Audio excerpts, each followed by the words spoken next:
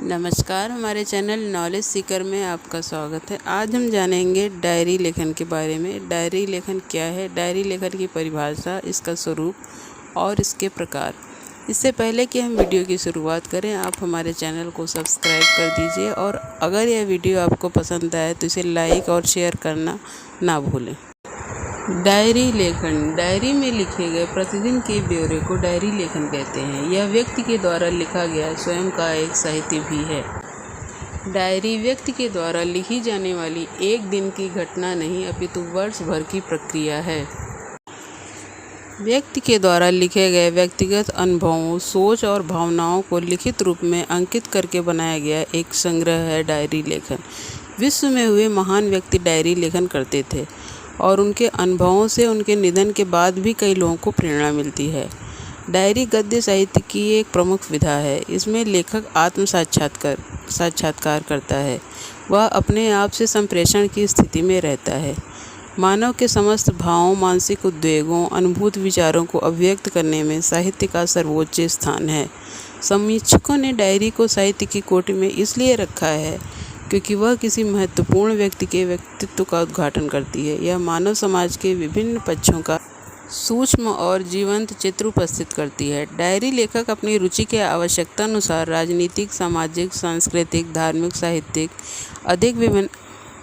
आदि विभिन्न पक्षों के साथ निजी अनुभूतियों का चित्रण कर सकता है।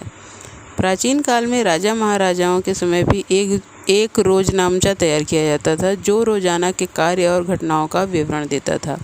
व्यापारियों, दुकानदारों द्वारा भी हिसाब किताब और लेन देन का ही विवरण सुरक्षित रखने हेतु बही खाते का प्रयोग किया जाता है।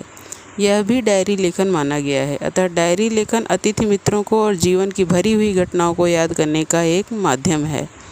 डायरी लेखन मुख्यतः 4 प्रकार का होता है: व्यक्तिगत डायरी, वास्तविक डायरी, काल्पनिक डायरी और साहित्यिक डायरी। व्यक्तिगत डायरी अर्थात दैनंदिनी। व्यक्तिगत डायरी एक व्यक्ति की आंतरिक दुनिया की आत्मा का प्रतिबिंब है, जिसमें व्यक्ति अपनी रोजमर्रा की घटनाओं, भावनाओं और अनुभवों को लिखता है। वास्तविक डायरी वास्तविकता पर आधारित होती है। हमारे आसपास हो रहे कार्यक्रम व घटनाक्रम जिनका प्रति व्यक्ति पर असर पड़ता है, इन सब घटनाओं को जिस डायरी में लिखते हैं उसे वास्तविक डायरी कहते हैं। काल्पनिक डायरी में कल्पना को स्थान दिया गया है। यह वास्तविक डायरी से भिन्न होती है। इसमें यथार्थता और काल्पनिकता पर जोर होता है। साहित्यिक डायरी साहित्य पर आधारित होती है। इसमें साहित्य की विविधता होती है। डायरी लेखन की विशेषताएं। डायरी में प्रतिदिन की घटनाओं को कलात्मक ढंग से लिखा जाता है। डायरी में उन्हीं घटनाओं का विवरण रहता है जो व्यक्ति के जीवन को बहुत अधिक प्रभावित करती हैं।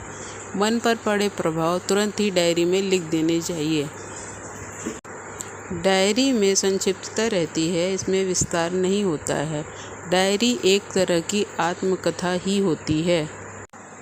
हम डायरी लिखने के कुछ उदाहरण देखते हैं। डायरी लिखने के लिए सबसे पहले हम तारीख डालते हैं, उसके नीचे लिखने का समय डालते हैं। उसके बाद हमें जिस विषय पर भी लिखना है, जिस बारे में भी लिखना है या दिन की अपनी दिनचर्या के बारे में लिखना है, हम उसे लिखते हैं। हमने यहाँ पर डायरी लेखन के कुछ उदाहरण दिए हैं जिन्हें देखकर आप जान सकते हैं कि डायरी लेखन कैसे किया जाता है।